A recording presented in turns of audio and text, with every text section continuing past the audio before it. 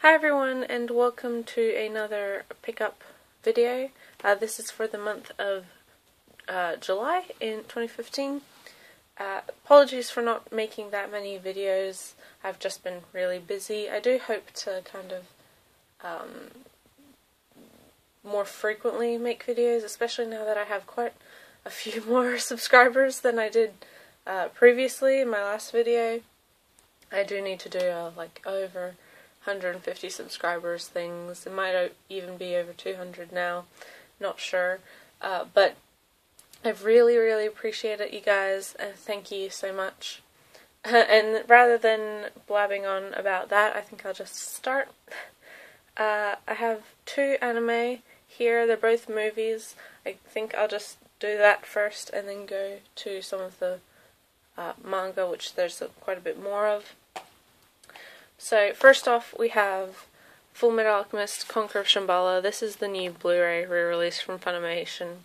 I've already owned this movie, but on DVD, and now with the show being re-released on Blu-ray, I thought now's a good time to pick this up on Blu-ray. It was only about $10 to $12 plus shipping, of course, for me.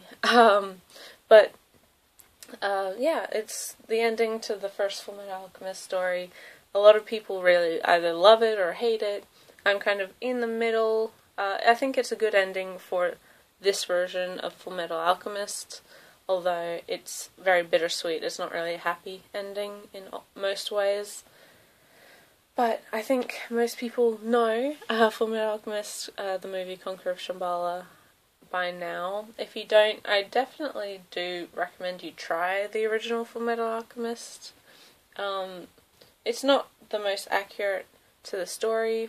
It's not Brotherhood, of course, but I do think it is a very good series in of itself. It focuses on different issues, different characters, and it just has a different overall storyline, which I think is still very good. It still holds up quite well. If you're not trying to compare it to Brotherhood. Next is a UK release. It's from All the Anime, or Anime Limited in the UK, and that's Tiger and Bunny: The Rising. This is the second film. I also have the first film in this similar packaging. It's kind of a chipboard hardcover limited case thing with well, this one comes with postcard things and a digipack. The first one had this similar digipack, but also booklet, information booklet.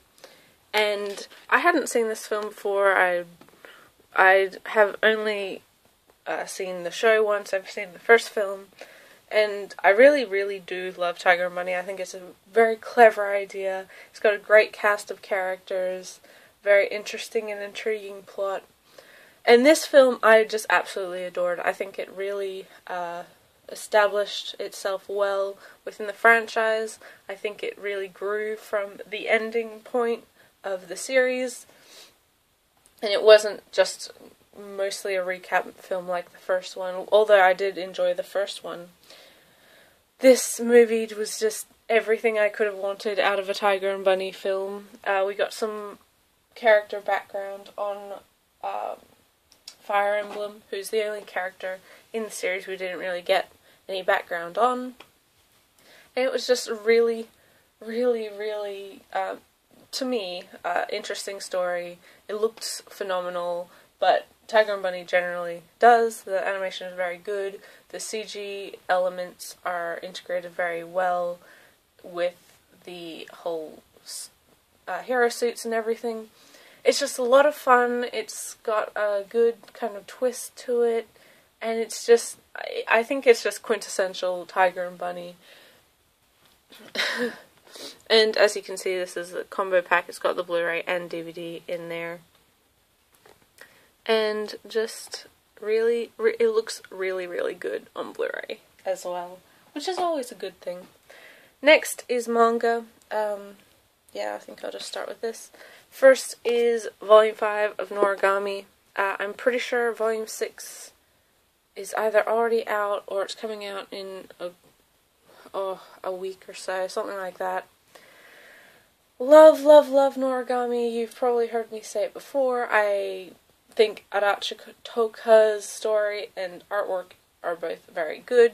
Great cast of characters, and this volume is kind of starting, well, it's starting the Bishamon arc, which is not covered in the previous season of anime. The upcoming season, I think, is going to be this stuff, and I'm really looking forward to that because I love the anime. It's what got me into the franchise, but it's just a great, great story. If it just kind of picks up the tension, the drama a lot, and you have a lot of sympathy for some of the other side characters aside from not Yato and Yukine and Hiyori.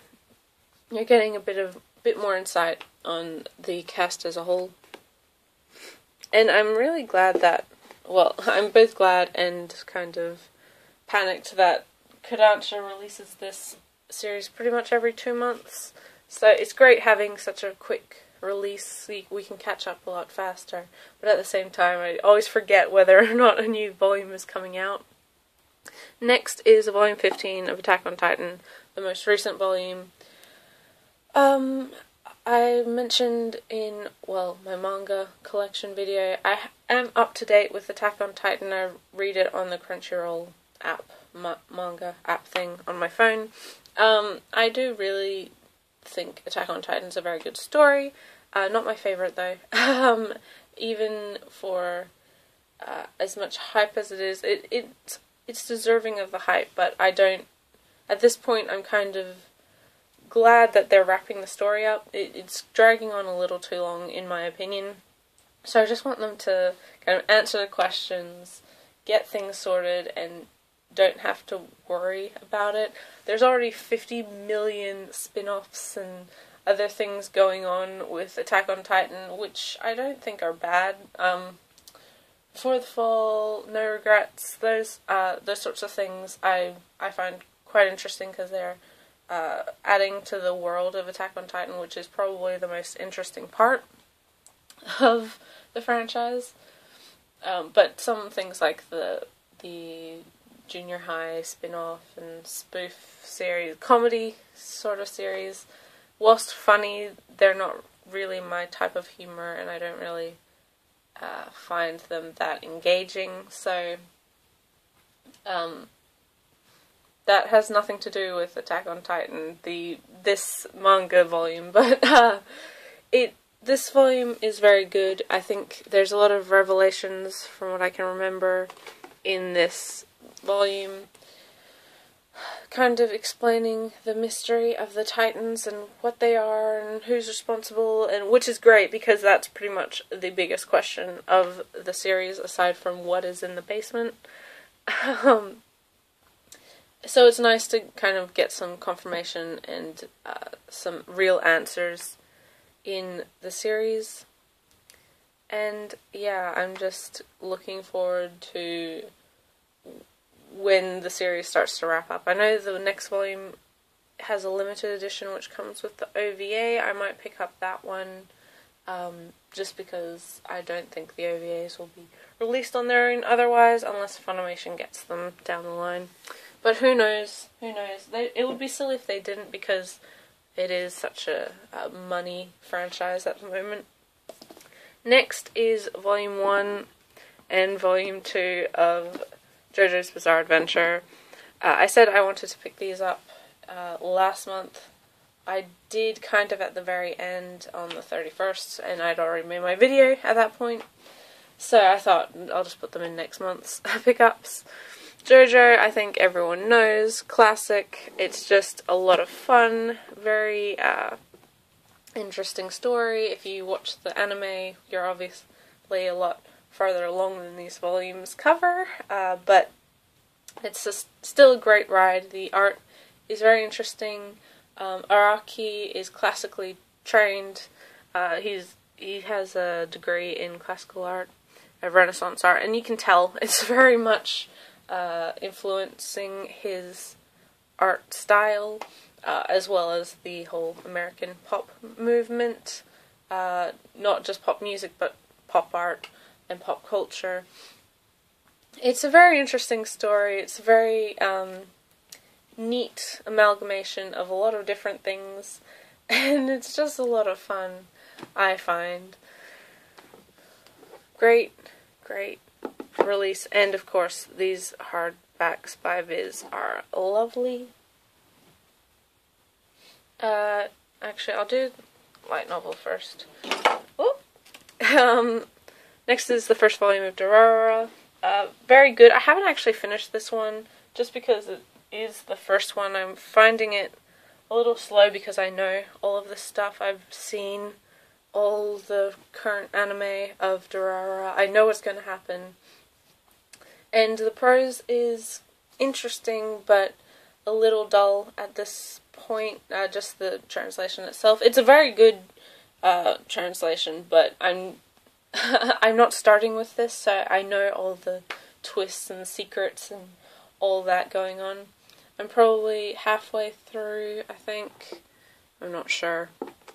But yeah, it is a very good series. If you're a fan, definitely pick it up, because obviously this is where it all started. I'm looking forward to getting Baccano, mostly because I enjoy that series more, by the same author. Then Dora, I have since I've seen the anime, years and years and years ago. But Dora is a very good series. I think it has a great cast of characters. Just at this point, there's nothing really new for me to see or read, so it's just a little bit of a trudge to get through, just trying to, stay interested. It's not bad though, at all, of course. Next are two BL titles. I'll just go over them quickly, and that is Only Serious About You, Volume 2. I haven't gotten Volume 1 because it is really, really expensive, and I'm hoping for a reprint. I'm trying to find it somewhere once I have some money so I can finish it. It's only a 2-volume series. And next is Apple and Honey, His Rose-Colored Life. Yep. Both of them, as you can see, are June titles. So, digital manga publishing. Both of them I got for reasonable prices, but you have to be a little bit careful with June releases because they go out of print so quickly. They have such a small print run that the aftermarket is just way, way too overpriced. You'll be looking at over $100 for a volume, which is just ridiculous. Luckily, from their Twitter and Facebook and stuff, it seems like they're trying to get larger print runs for some of their titles, giving people like myself who kind of... It's not my first priority to pick up BL titles. If there's something that I want, then I'll get it, but I don't pre-order all that often. But I'm thinking I might have to, just because of the small print runs.